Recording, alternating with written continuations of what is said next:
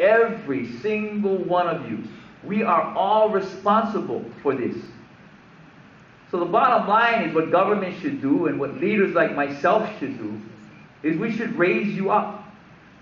We should empower you and get you excited and get you passionate and energized about how you can do your part in regards to these issues. We talk about education and how dismal it is. No question about it. It's been on the books now for over 4 decades. Every year we hear the same thing about education. But when it's all said and done, in this very school right here, when we have parent-teacher conferences, how many parents are in the room? How many parents come to understand what their children are going through?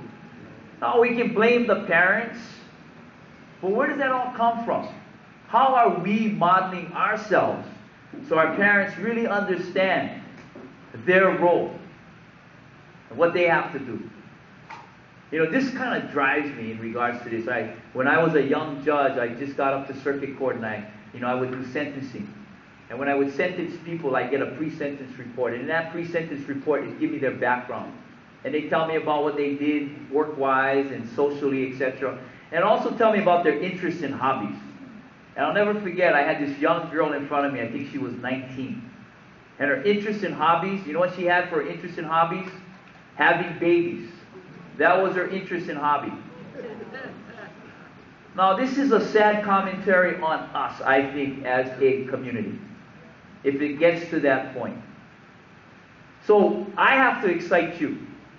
So when I look at this, and this is why I put the challenge out to Neil.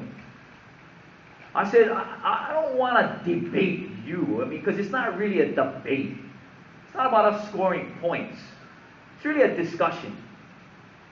I don't think there's anybody in this room who has watched any of their televised debates in this primary who can tell me they got a whole lot out of it, except a 30-second soundbite or a 60-second soundbite or a 2-minute stump speech on what they're going to do for the people of Hawaii.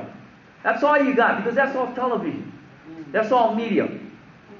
If you saw that last debate that they had their side in the room, and the other side had their room, and they had the jeers and the cheers and whatnot. That's all entertainment.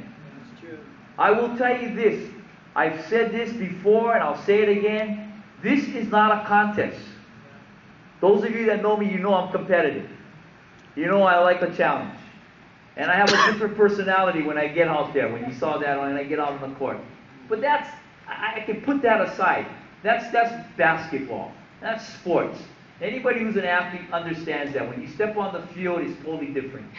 This is not competition. This is not about who wins and who loses. Because I will tell you this, there are no winners in a campaign like this. I mean, there's no losers in a campaign like this. Everybody has to be a winner. Everybody. I represent everybody. I don't just represent you in the room. I don't represent just Republicans. I represent everybody. And that's how we're going to have to look at this thing.